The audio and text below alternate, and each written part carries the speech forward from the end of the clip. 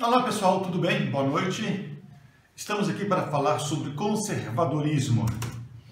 Falo sobre esse assunto porque depois que dei algumas aulas sobre cristianismo e marxismo, algumas pessoas me pediram para falar sobre conservadorismo. É importante para você entender conservadorismo você ler alguma coisa sobre liberalismo econômico, especialmente começando por John Locke, com o liberalismo clássico, entendendo um pouquinho dos filósofos chamados filósofos contratualistas, Hobbes, Rousseau, além de John Locke, e entender a ascensão do liberalismo e a aplicação do liberalismo às áreas da economia, da política, da sociedade. O declínio do liberalismo com a crise de 1929, o surgimento de uma doutrina chamada keynesianismo, que propunha uma intervenção estatal na economia, firmado especialmente com a crise econômica gigantesca que assolou o mundo em 1929, com a queda da Bolsa, e, finalmente, o neoliberalismo, que retoma alguns pressupostos liberais, mas permitindo intervenções pontuais do Estado na economia. Pois bem, a grande pergunta que as pessoas têm me feito é a seguinte: o nosso presidente Jair Messias Bolsonaro, ele é um liberal? Ele é um conservador? Deixe-me falar rapidamente sobre conservadorismo. A doutrina política conservadora, ela tem origem nas ideias de Edmund Burke, que é um filósofo irlandês que viveu a sua vida na Inglaterra e durante toda a sua vida defendeu princípios liberais como o individualismo, a livre concorrência, respeito às liberdades individuais e religiosas. Ele defendia uma independência das 13 colônias inglesas, uma não intervenção na Inglaterra nas 13 colônias. Ele era contra a pena de morte, defendia a livre imprensa. Edmund Burke, em 1790, portanto, um ano depois da Revolução Francesa, ele escreve um livro chamado As Considerações sobre a Revolução Francesa. E neste livro, ali temos então as bases fundamentais daquilo que nós chamamos de conservadorismo. Muito embora o termo conservadorismo ligado à política foi cunhado lá em 1818 por um pensador, poeta francês chamado François-René Chateaubriand. Mas três coisas fundamentais adjetivam, marcam o pensamento conservador. Primeira coisa é o apego, o respeito, a valorização das tradições. Para o conservador, há um contrato social entre os indivíduos e o Estado. Hobbes pensa assim, Jean-Jacques Rousseau pensa assim, o próprio John Locke. Mas para Edmund Burke, esse contrato social que o indivíduo tem com o Estado, ele tem integrantes que talvez esses três outros pensadores não considerariam. Edmund Burke entende que o contrato social ele tem uma abrangência do Estado com aqueles que estão vivos, mas ele é também feito com aqueles que já morreram e também com aqueles que irão nascer. Burke escreve textualmente isso na sua obra. O Estado torna-se uma associação não só entre os vivos, mas também entre os que estão mortos e os que irão nascer. Portanto, nós, os vivos, nós estamos ligados a uma espécie de cadeia com os nossos antepassados e com os nossos descendentes. Portanto, há um compromisso com as tradições que nos foram legadas e há um compromisso também em legarmos essas tradições para a nossa descendência. Uma frase resume esse pensamento de Edmund Burke: o indivíduo é tolo, a espécie é sábia. O que Edmund Burke está querendo dizer é que o respeito às tradições nos leva a ser comedidos, nos leva a negarmos projetos aventureiros, nos impõe limites a pressupostos idealistas, e veremos sobre isso daqui a pouquinho. Uma outra marca do conservadorismo é o que nós chamamos de organicismo. Isso tem a ver com a frase que eu disse agora: o indivíduo é tolo, mas a espécie é sábia. O que Burke defende é que nós não podemos desprezar a sabedoria que a sociedade revela, sabedoria inclusive acumulada. A sociedade é o que é hoje, nós somos o que somos, conhecemos o que conhecemos, em virtude das experimentações, dos saberes passados, das tentativas, dos acertos, dos erros. E é nesse sentido que Burke, inclusive, faz um elogio ao preconceito. Preconceito aqui, entenda-se por concepções a priori. Todos nós, finalmente, temos ideias a priori.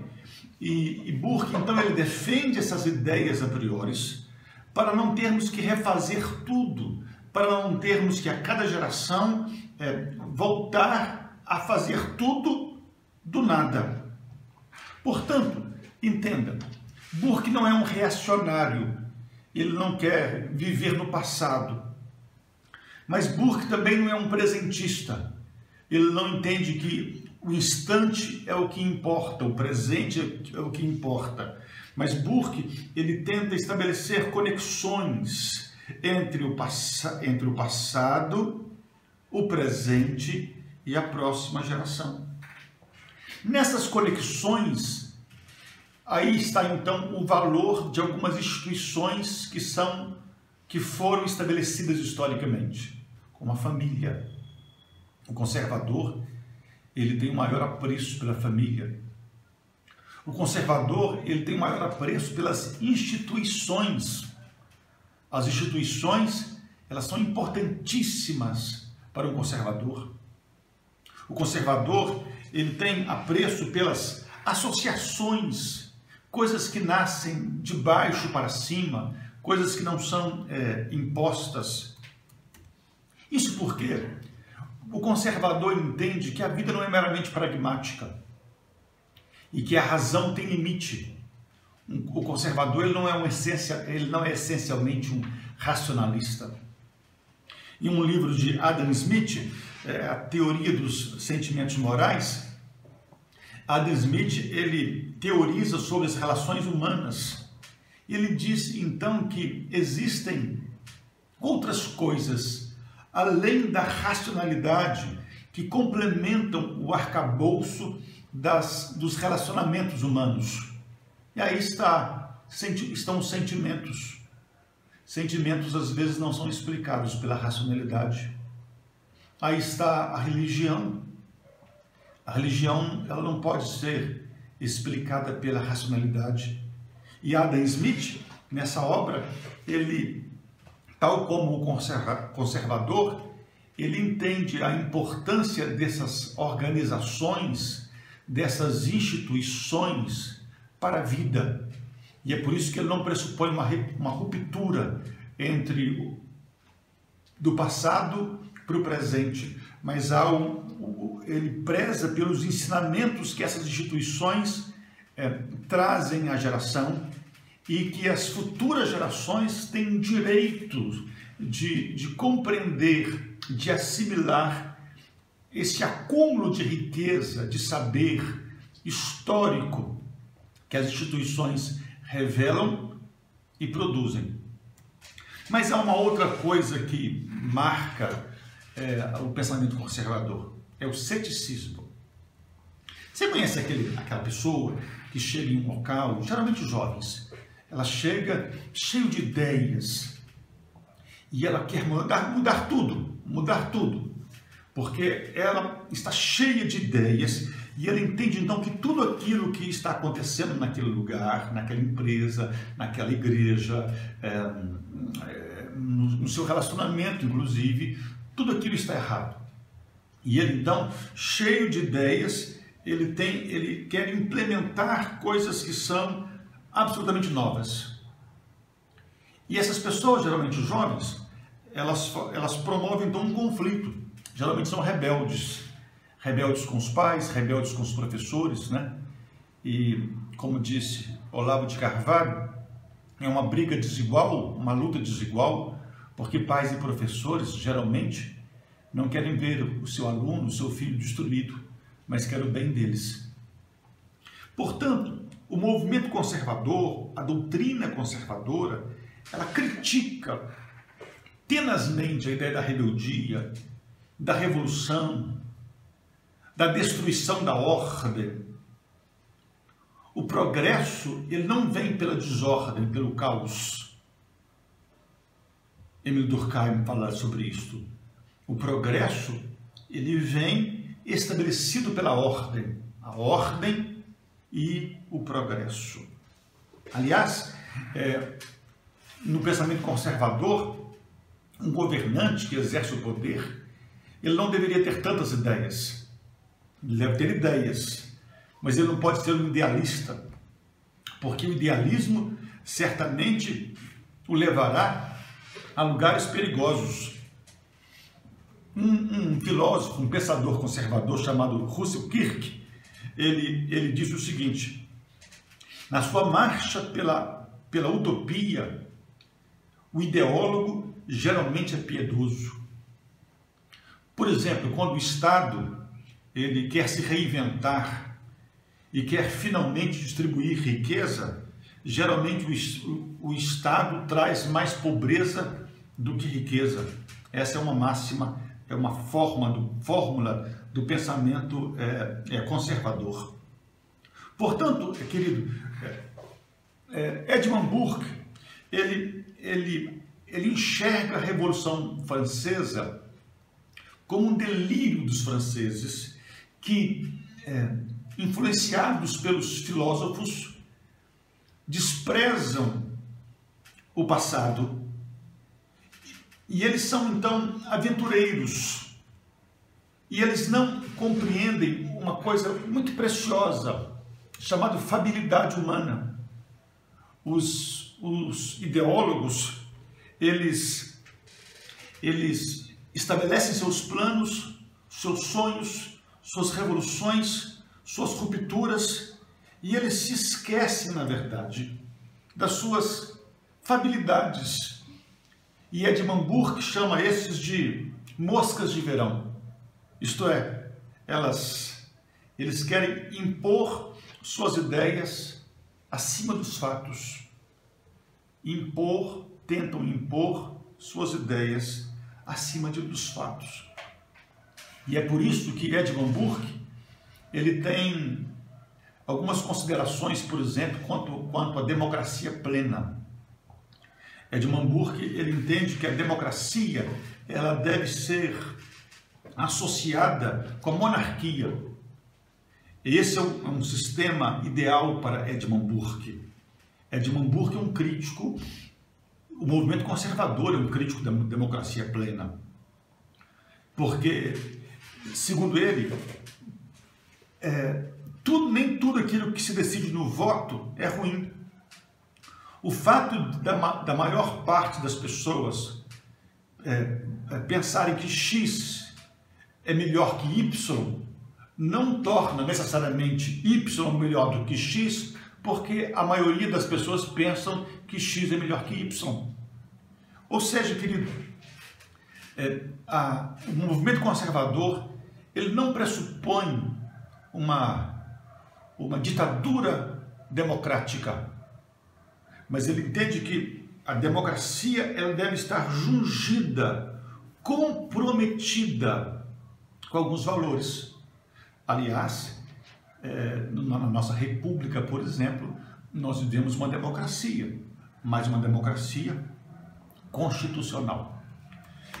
Vejamos, querido, portanto, a doutrina conservadora, ela se associa, ela estabelece links com o liberalismo no que diz respeito à economia, com a economia. Nos outros aspectos, há divergências. Na economia, o movimento conservador pressupõe a não intervenção do Estado, muito embora, dado ao seu apelo nacionalista, não é raro nós vermos conservadores rompendo com o princípio liberal em defesa da economia nacional. E essa defesa da economia nacional, às vezes, ela se dá via intervenção, via protecionismo.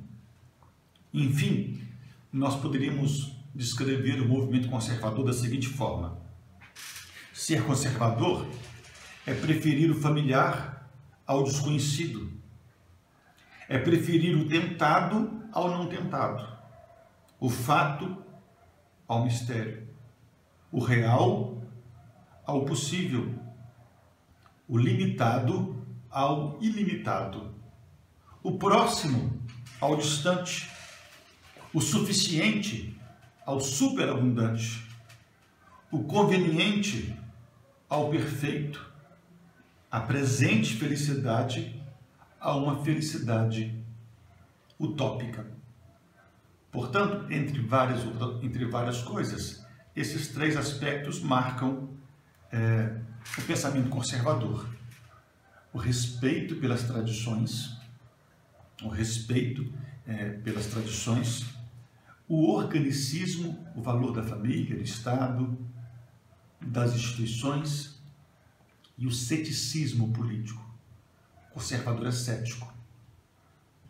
E o nosso presidente, Jair Messias Bolsonaro, ele é um conservador? Você percebe no nosso presidente o apego pelas tradições?